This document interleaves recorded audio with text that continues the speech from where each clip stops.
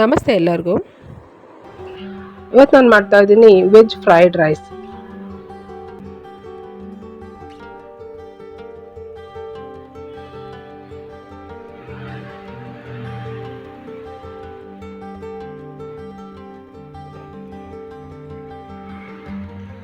Veg fried rice ಮಾಡೋದಕ್ಕೆ ಮೊದಲಿಗೆ ನಾನು ಒಂದು ಬಾಣಲೆಯಲ್ಲಿ ಒಗ್ಗರಣೆ ಹಾಕೋತೀನಿ.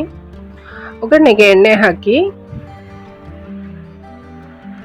ಎಣ್ಣೆ ಬಿಸಿ ಆದಮೇಲೆ ಚಿಕ್ಕದಾಗಿ ಹೆಚ್ಚಿರುವಂಥ ಬೆಳ್ಳುಳ್ಳಿ ಹಾಕ್ತಾ ಇದ್ದೀನಿ. ಬೆಳ್ಳುಳ್ಳಿ ಸ್ವಲ್ಪ ಫ್ರೈ ಆಗಲಿ.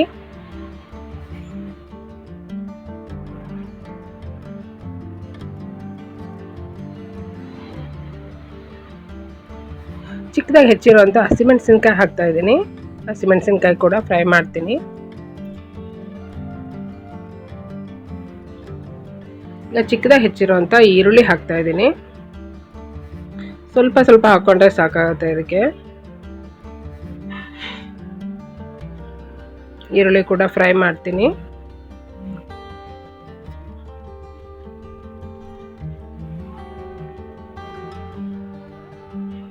ಯಾವುದನ್ನು ತುಂಬ ಫ್ರೈ ಮಾಡೋದು ಬೇಡ, ಸ್ವಲ್ಪ ಸ್ವಲ್ಪ ಫ್ರೈ ಮಾಡಿದ್ರೆ ಸಾಕು.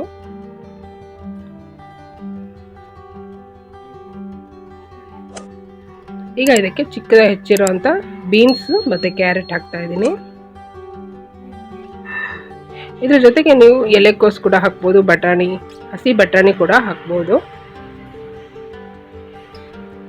ಕ್ಯಾರೆಟು ಮತ್ತು ಬೀನ್ಸ್ನ ನಾನು ಒಗ್ಗರಣೆಯಲ್ಲಿ ಚೆನ್ನಾಗಿ ಫ್ರೈ ಮಾಡ್ತೀನಿ. ತುಂಬ ಫ್ರೈ ಮಾಡೋದು ಬೇಡ, ಅರ್ಧ ಬೇಯೋಷ್ಟು ಫ್ರೈ ಆದರೆ ಸಾಕು, ಫುಲ್ ಬೇಯೋದು ಬೇಡ ಬೀನ್ಸ್ ಕ್ಯಾರೆಟ್.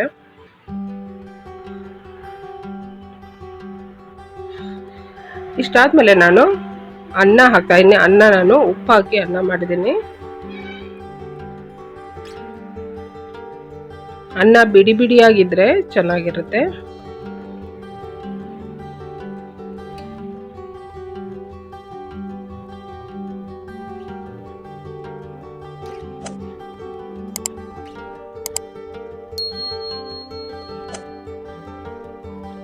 ಕೆಲವ್ರು ಅನ್ನಕ್ಕೆ ಉಪ್ಪು ಹಾಕದೆ ಅನ್ನ ಮಾಡೋದು ಉಂಟು, ಹಾಗಾಗಿ ಉಪ್ಪನ್ನ ನೋಡಿ ಹಾಕ್ಕೋಬೇಕಾಗುತ್ತೆ. ಆಮೇಲೆ ಈಗ ನೋಡಿ, ನಾನು ಸೋಯಾ ಸಾಸ್ ಒಂದೇ ಒಂದು ಸ್ಪೂನ್ ಸಾಕಾಗುತ್ತೆ. 1 ಸ್ಪೂನ್ ಸೋಯಾ ಸಾಸ್ ಹಾಕಿ ಕಾಳು ಮೆಣಸಿನ ಪುಡಿ ಹಾಕ್ತಾಯಿದ್ದೀನಿ 1 ಸ್ಪೂನು. ಇದಷ್ಟನ್ನು ಹಾಕಿದ್ಮೇಲೆ ಚೆನ್ನಾಗಿ ಫ್ರೈ ಮಾಡಬೇಕು. ಮೀಡಿಯಮ್ ಫ್ಲೇಮಲ್ಲಿ ಚೆನ್ನಾಗಿ ಫ್ರೈ ಮಾಡಿ.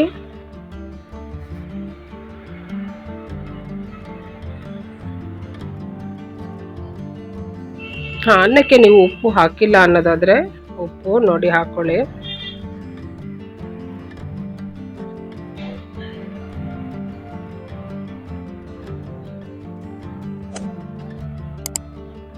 ಈಗ ನಾನು ಸ್ವಲ್ಪ ಉಪ್ಪು ಹಾಕ್ತೀನಿ. ಉಪ್ಪು ಹಾಕಿ ಮೀಡಿಯಂ ಫ್ಲೇಮಲ್ಲಿನೇ ಚೆನ್ನಾಗಿ ಫ್ರೈ ಮಾಡಬೇಕು ಇದನ್ನು.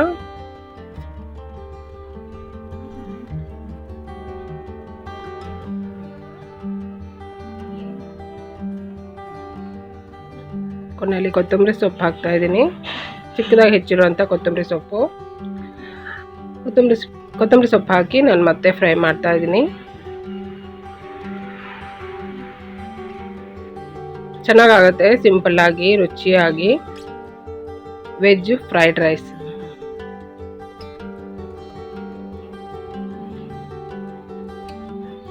ಅನ್ನ ಒಂದು ಮಾಡಿಟ್ಕೊಂಡಿದ್ರೆ ಫಟಾಫಟ್ ಅಂತ ಮಾಡ್ಬೋದು.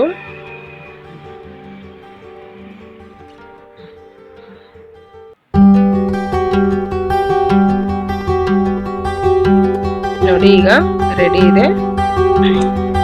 ಬಿಸಿ ಬಿಸಿಯಾಗಿ ಸರ್ವ್ ಮಾಡಿದ್ರೆ ಚೆನ್ನಾಗಿರುತ್ತೆ. ನನ್ನ ವಿಡಿಯೋ ಇಷ್ಟ ಆದರೆ ಲೈಕ್ ಮಾಡಿ, ಶೇರ್ ಮಾಡಿ, ಸಬ್ಸ್ಕ್ರೈಬ್ ಮಾಡಿ. Thank you.